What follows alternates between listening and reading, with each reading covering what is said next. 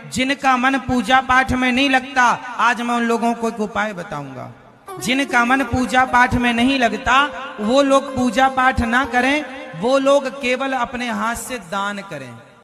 आज भी हमारे यहाँ शंकर भगवान का प्रमाण है, जिस नारी के गर्भ गिर जाता हो, जिस नारी के संतान नहीं हो पा रही हो, जिस नारी को बच्चे नहीं होते हो, या बार बार गर्भ गिर रहा हो, या डॉक्टर कह दिया कि नाल में बच्चा लपका हुआ है, कुछ मत करो, एक श्रीफल उस पर एक वस्त्र लपेट कर भगवान शंकर को उस नारी का नाम और गोत्र लेकर समर्पित कर दो, आखा की आखा उस नारी का जापा आराम से होता है। शिव की कृपा है, शिव की दया है। हर हर महान। शिवलिंग पर हम जब जल चढ़ाते हैं उस समय आपका ध्यान होना चाहिए, लोटा कलश शिवलिंग को ना छुए, टच भी ना हो, नख ना लगे, अपने हाथ की चूड़ियां भी भगवान को घिसने में ना आए,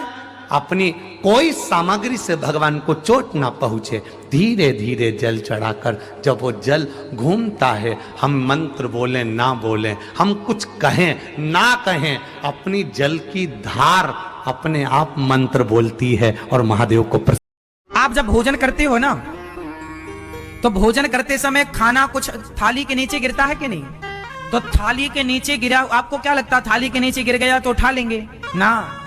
कहते हैं खाते समय जो भोजन थाली से नीचे गिरता है उस भोजन को प्रेत ग्रहण करता है। केवल नारी के 16 श्रृंगार में एक श्रृंगार ऐसा है जिसकी कीमत जो पहले थी वही कीमत आज तक है और उसकी डिजाइन आज तक नहीं बदली। वो मांग का सिंदूर है, एक जैसी डिजाइन है और एक जैसी कीमत है।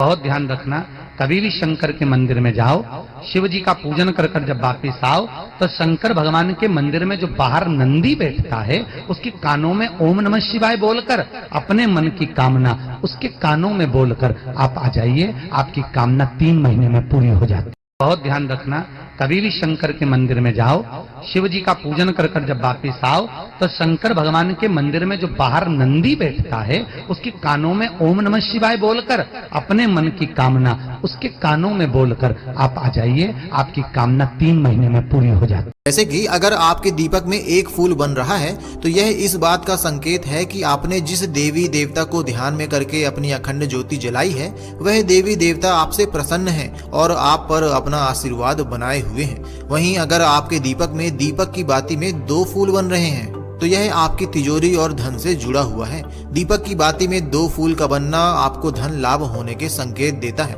माता लक्ष्मी के साथ धन के देवता कुबेर भी आप पर मेहरबान होने वाले हैं और आपका रुका हुआ पैसा या फिर रुके हुए काम पूरे होने वाले हैं, जिससे आपकी तिजोरी तो धन से भरी रहेगी ही, साथ ही आपकी जेब भी कभी खाली नहीं होगी और आपको सुख संपत्ति के साथ मान सम्मान भी भरपूर मिलने वाला है। वहीं दीपक की बाती में 3 या 3 से ज्यादा फूल का बनना आपकी मनोरथ पूरा करने का संकेत होता है। अगर आपने किसी मन्नत को लेकर दीपक जलाया है और आपके दीपक में 3 या 3 से ज्यादा फूल बन रहे हैं, इसका मतलब यह होता है कि देवी देवता आप पर मेहरबान हैं। जैसे कि अगर आपके दीपक में एक फूल बन रहा है तो यह इस बात का संकेत है कि आपने जिस देवी देवता को ध्यान में करके अपनी अखंड ज्योति जलाई है वह देवी देवता आपसे प्रसन्न है और आप पर अपना आशीर्वाद बनाए हुए हैं। वहीं अगर आपके दीपक में दीपक की बाती में 2 फूल बन रहे हैं तो यह आपकी तिजोरी और धन से जुड़ा हुआ है। दीपक की बाती में 2 फूल का बनना आपको धन लाभ होने के संकेत देता है। माता लक्ष्मी के साथ धन के देवता कुबेर भी आप पर मेहरबान होने वाले हैं और आपका रुका हुआ पैसा या फिर रुके हुए काम पूरे होने वाले हैं, जिससे आपकी तिजोरी तो धन से भरी रहेगी ही, साथ ही आपकी जेब भी कभी खाली नहीं होगी और आपको सुख संपत्ति के साथ मान सम्मान भी भरपूर मिलने वाला है। वहीं दीपक की बाती में 3 या 3 से ज्यादा फूल का बनना आपकी मनोरथ पूरा करने का संकेत होता है। अगर आपने किसी मन्नत को लेकर दीपक जलाया है और आपके दीपक में 3 या 3 से ज्यादा फूल बन रहे हैं, इसका मतलब यह होता है कि देवी देवता आप पर मेहरबान हैं। कभी कोई विशेष कार्य है, अटक रहा है, बहुत दिन से लगे हो, नहीं हो रहा, एक कलश जल, एक बेलपत्र। शिव मंदिर में जब बेलपत्र लेकर जाएं, बेलपत्र रखी सीधे हाथ में उसके ऊपर रख लिया कलश, उसमें जल भरा हुआ हो, अपनी कामना कर कर मंदिर में पहुंचकर कलश को उल्टे हाथ में लेकर बेलपत्र को पहले अशोक सुंदरी वाली जगह पर, ये डंडी का जो भाग है जहां से पानी बहता है, अशोक सुंदरी की जो जगह होती है, और ये पत्ती उस जगह पर उसको रख दें, अशोक सुंदरी वाली जगह पर, और शंकर भगवान को सीधे हाथ में जल लेकर अशोक सुंदरी वाली जगह पर जल समर्पित कर कर शंकर भगवान के चारों ओर जल छोड़कर फिर शिव जी के शिवलिंग पर जल समर्पित करें। लगभग 2 या 3 सोमवार